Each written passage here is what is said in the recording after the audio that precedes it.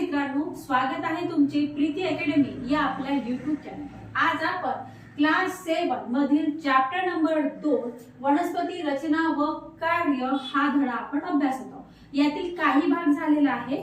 आज आपण फूल मध्ये ज्या वेगवेगळे पार्ट्स असतात त्याचं, मग निदर्पुंज झालं, दलपुंज झालं, त्याच्यानंतर पुमंग झालं, जायांग झालं, हे पूर्ण आज आपण आजच्या व्हिडिओमध्ये बघणार आहोत। चला तर व्हिडिओ स्टार्ट करूया। बघा, लक्ष द्या।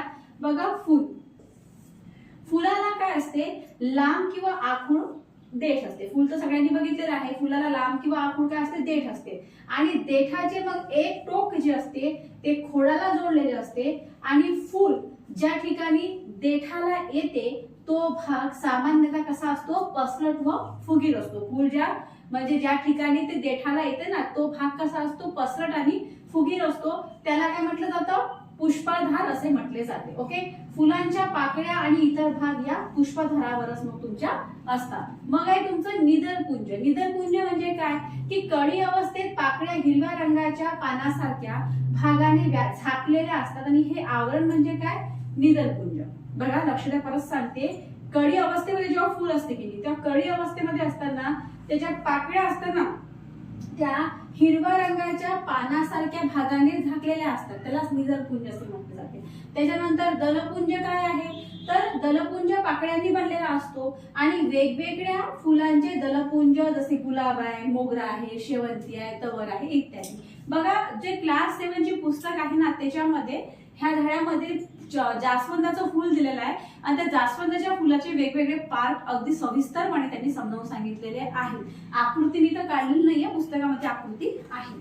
पुमंग बघा, पुमंग काय की फुलाचा हा जो भाग आहे हा पुल्लिंग असून तो पुंकेसराचा बनलेला असतो। कशाचा बनलेला असतो, तो पुंकेसराचा बनलेला असतो आणि त्यात काय असते, परागकोश असते व वृत्त असतात। त्याच्यानंतर जायांग कशाला म्हटलं जातं, तर फुलांचा हा स्त्रीलिंगी भाग असून तो स्त्री केसराचा बनलेला असतो आणि या कृषी वृत्त व अंडाक्षय असते। त्याच्यानंतर परागकोश पक्व झाल्यावर काय होऊन जातो, फुटून जातो आणि काय होते, त्यातील जे परागकण असतात ते कुशीवर जाऊन पडतात। मग या क्रियेला काय म्हटलं जातं, परागीभवन असे म्हणतात। ठीक आहे, आता या परागीभवनापासून पुढे काय होऊन जाते, अंडाशयातील बीजांडाचे फलन होऊन त्यांचे रूपांतर मग बी मध्ये होते आणि तर अंडाशयाचे रूपांतर हे कशामध्ये होऊन जाते, फळामध्ये होऊन जाते। बघा, एकदा परत रिपीट करूया म्हणजे तुमच्या लक्षात येऊन जाईल की नेमकं मी काय सांगत आहे। बघा, हे आहे चॅप्टर नंबर 7 मधलं हे पुस्तक, हे आहे पुस्तक आहे आणि हे विज्ञानचं पुस्तक आहे। ह्याच्यामधलं हे आहे बघा, हे इथे त्यांनी बरोबर दिलेले आहे। आता तुम्हाला काय माहिती दिसते की नाही दिसते तुमचं, याच्यात बरोबर त्यांनी दिलंय की कुठलं कुक्षी आहे, कुठला परागकोश आहे, कुठे देठ आहे, कुठं पाकळी आहे, है ना। त्याच्यानंतर कुठं काय आहे, सगळे यांनी निदर्पुंज कुठे आहे, दलपुंज असं पूर्ण यांनी आकृतीमध्ये दिलेलं आहे। तरी आता इथे आपण समजून घेतलं की फुल कशाला म्हणतात, की बाबा फुलाला लांब किंवा आखूड देठ असतो। देठाचे जे एक टोक असते ते काय असते, त्या खोडाला जोडलेले असते आणि फुल ज्या ठिकाणी मग देठाला येते तो भाग कसा असतो, फुल ज्या ठिकाणी देठाला येते तो भाग कसा असतो, पसरट असतो आणि फुगीर असतो आणि त्याला काय म्हटलं जातं, मग त्याला पुष्पाधार असे म्हटले जाते। आणि फुलांच्या ज्या पाकळ्या असतात ना आणि इतर भाग हे कशावर असतात, तुमचे पुष्पाधारावर असतात। मग आपण निदर्पुंजकडे गेलो।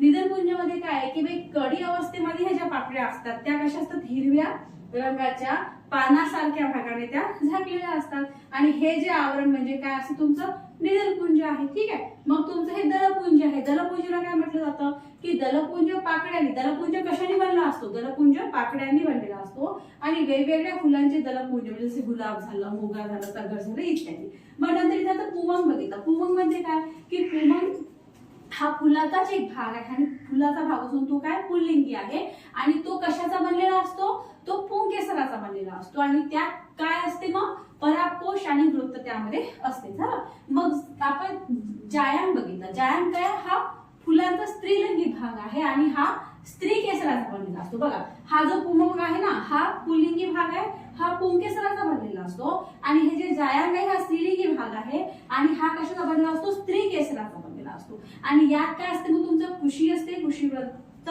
व अंडाशय असते। ठीक आहे, आता परागकोश जे असतात ते पक्व झाल्यानंतर मग फुटून जातात, मग आणि त्यातील परागकण हे कशावर जाऊन बसतात, कुशीवर जाऊन बसतात। या क्रियेला काय म्हटलं जातं, परागीभवन असे म्हटले जातं। आणि या परागीभवनापासूनच काय होते, मग पुढे अंडाशयातील बीजांडाचे फलन होऊन त्याचे रूपांतर मग बी मध्ये होते, तर अंडाशयाचे रूपांतर काय होऊन जाते, फळामध्ये होऊन जाते। ठीक आहे, आलं लक्षात तुमच्या?